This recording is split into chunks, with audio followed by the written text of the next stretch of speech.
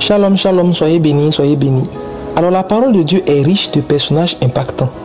Certains d'entre eux, cependant, n'ont eu qu'une brève apparition, comme c'est le cas d'Étienne, dans Actes 7, versets 55 à 56, dont la réaction devant la lapidation était incroyable. Et à regarder de plus près, il est visible qu'il a démontré deux grandes qualités, lui ayant permis de faire face à la persécution de façon si incroyable. Il était rempli de l'esprit, tout en ayant les yeux fixés sur Dieu.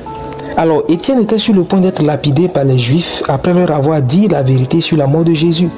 Cependant, plutôt que de voir le danger pour avoir peur, il voyait la gloire de Dieu et Jésus debout à la droite de Dieu. Le bouquet, c'est qu'alors même qu'il était lapidé, il s'écria « Seigneur, ne leur impute pas ce péché » versets 55 et 60. Il n'était pas fâché, il ne maudissait pas non plus Dieu de ce que Dieu ne l'avait pas protégé.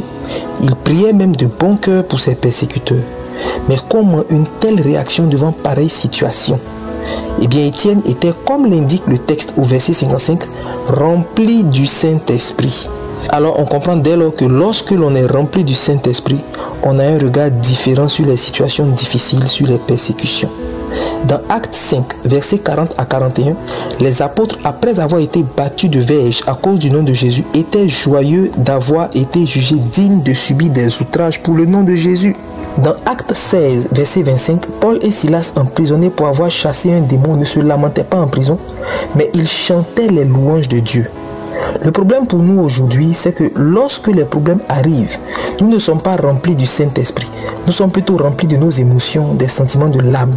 Parce qu'en vérité, pour arriver à se réjouir quand on est battu violemment ou persécuté, ce n'est pas par des efforts pour essayer de tenir bon. C'est impossible pour un homme normal.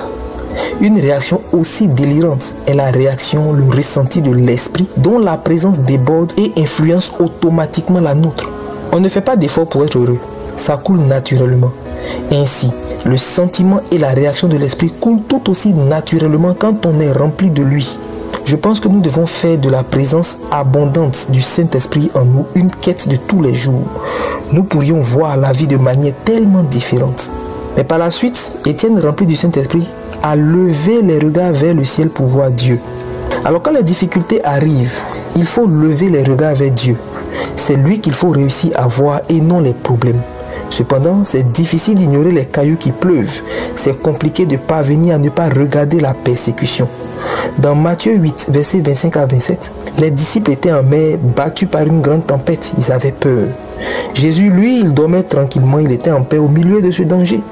D'ailleurs, c'est lui qui a calmé la tempête. Mais comment même réussir à ne pas voir cette tempête quand le bateau est sur le point de se renverser à chaque secousse et qu'il est en train de prendre l'eau? Celui qui est rempli du Saint-Esprit, c'est celui-là même qui voit Dieu plutôt que ses problèmes. Il lit les persécutions différemment, il ne les calcule même pas parce que ses yeux regardent à Jésus. Nous essayons tous de regarder à Jésus avec des efforts parce que nous savons que c'est ce qu'il faut faire. Mais on finit encore plus frustré en ayant parfois gros sur le cœur contre Jésus même. Pourquoi? Parce que l'âme ne peut pas regarder à autre chose que la situation. Elle a un regard teinté d'une logique humaine. Ce n'est pas avec des efforts qu'on peut ignorer la douleur qui retentit dans le corps pour regarder Dieu comme si on n'est pas conscient du problème. L'âme va nous rappeler que nous sommes inconscients de regarder autre chose que le problème.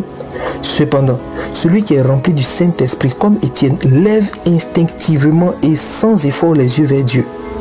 Alors je prie que par cette méditation, la soif du Saint-Esprit s'active en toi. Une soif grandissante de lire, de méditer la parole de Dieu, de passer du temps dans la présence de Dieu dans la prière.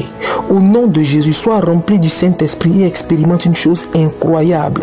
Domine sur les persécutions et la tristesse. Reçois des forces nouvelles. Et là où tu étais brisé et découragé, prends ton envol comme l'aigle au nom de Jésus. Amen. Que Dieu te bénisse.